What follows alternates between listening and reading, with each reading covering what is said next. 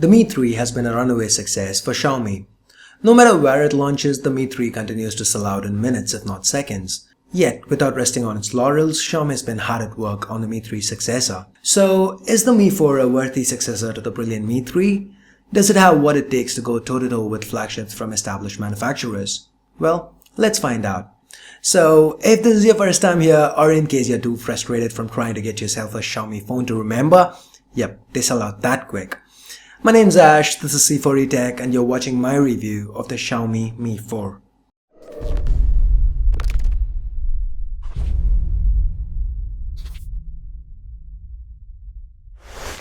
With the general consensus being plastic bad, metal good, Xiaomi's refreshed the design aspect here. While the body is still reinforced with a magnesium alloy on the inside, we now have an exterior stainless steel frame. And the back, despite the use of glossy plastic, feels solid and remains fingerprint free.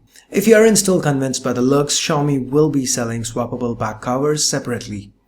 Though you don't see an indent here, the back is user removable, you just need a suction cup. Unfortunately, the battery inside is not user replaceable and there is still no room for memory expansion. The front follows the same design language as the Mi 3. On top, we have the Mi logo, sensors, earpiece, and an 8-megapixel front-facing camera this time around. Lower below, the 5-inch display, and at the bottom, the capacitive menu, home, and back keys. The use of the menu key here is weird, especially since MIUI v6 is just a few months away and will drop the menu key in favor of the Open Apps key.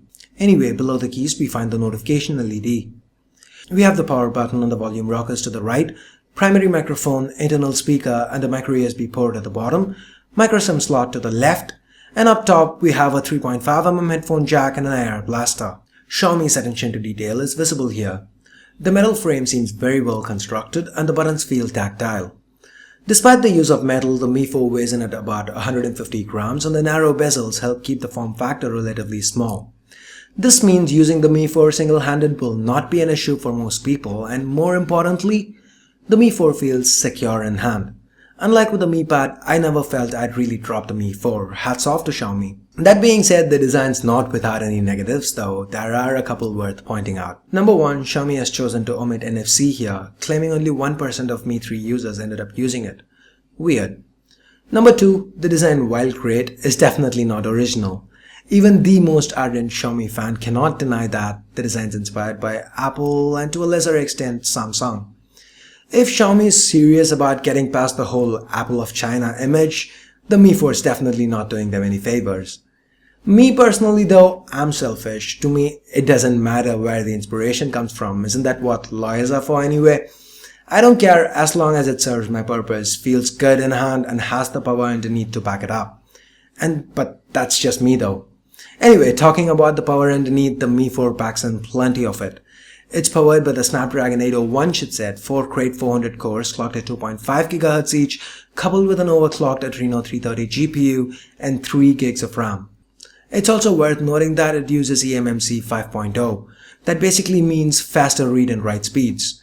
Only the second phone in the market after the OnePlus One to use it. Good stuff. Performance is great. The Mi 4 managed to run anything that we threw at it with ease. No lag, no frame rates dropped. The speaker though was a bit of a letdown. While clear enough, the bottom facing single speaker just isn't loud enough. Here, check it out.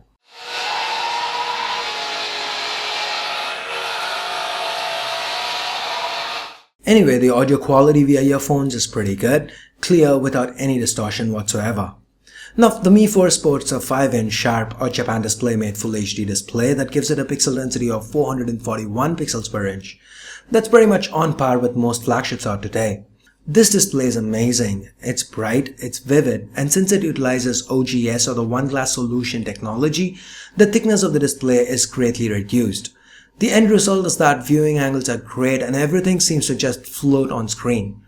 And since there was no mention of protection on the Mi website, I reached out to Mr. Bara and he was kind enough to reply back with confirmation that Xiaomi uses Concord glass for protection. Concord glass is produced by Corning, the same company that manufactures Gorilla Glass, so expect it to perform similarly. It's also worth noting that sunlight legibility is top-notch as well. Now let's move on to the cameras. We've got a 13 megapixel rear camera with Sony's Exmor RS IMX214 sensor, f1.8 aperture and a 6-element lens. The sensor is the same as the one used by OnePlus in the One. A very good performer. Images taken are crisp and sharp, noise is minimal, and the color reproduction is very accurate. The autofocus speed's best in class at 0.3 seconds. The shutter speed's pretty fast too. The user interface is similar to what we've seen with the Mi 3 with two major changes. Number one, we now have an auto refocus mode similar to what we've been seeing from other flagships.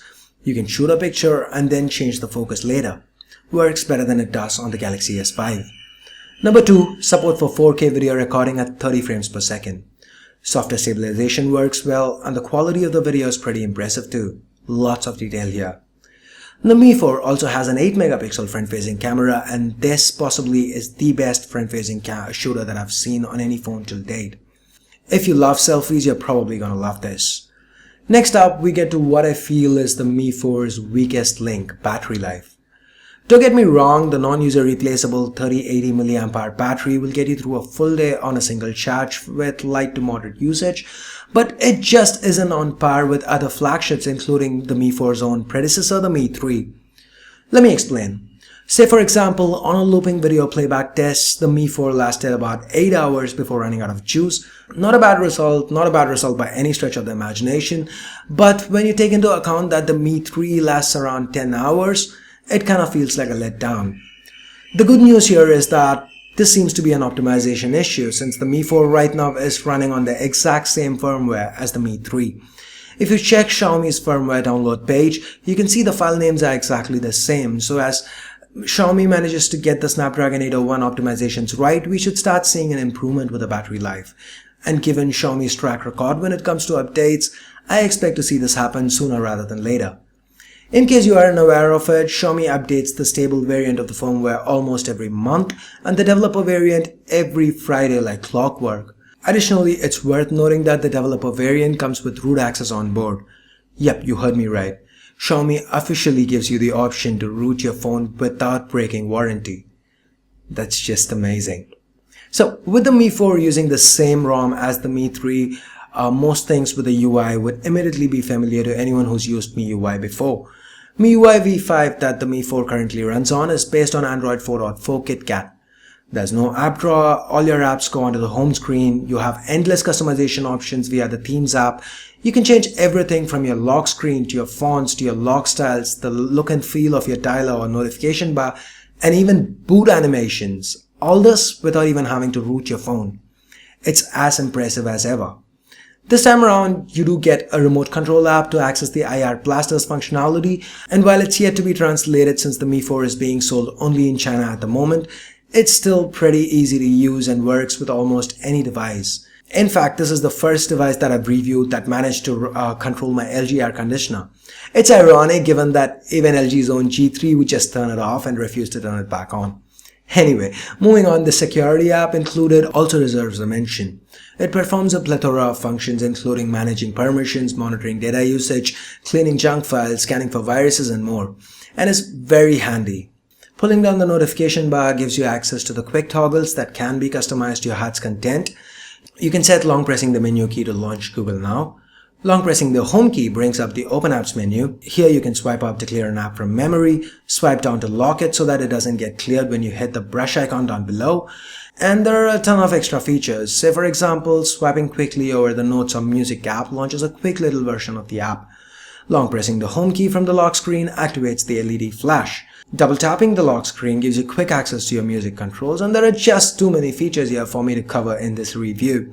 So we've got a separate video listing our top 44 tips and tricks for MIUI. I'll leave a link to that video in the description down below.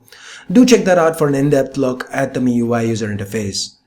It's also worth noting that since I picked this phone up from China, it did not come with the Play Store preloaded. But getting Google Play services onto the Mi 4 is very simple. Again, I have a tutorial on how to get that done. I'll leave a link to that in the description as well. But remember, if and when the Mi 4 launches in other markets, it will come with the Play Store and all Google apps preloaded. Anyway, coming back to MIUI on the Mi 4 is very smooth, the smoothest it's ever felt. The browsing experience is flawless, multitasking is great, apps open up quick without a hint of lag. Now that brings us to the price.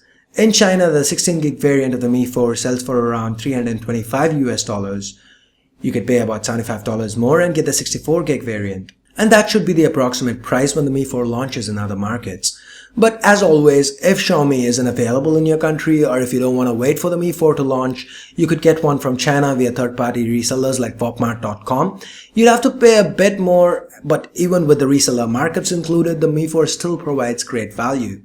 Anyway, if you do end up deciding to get one from Walmart, you could use the code C4ETech to get $10 off. The value of the discount code and or the code itself might change in the future. Again, I'll keep you guys updated in the description down below, so check that space before you place an order.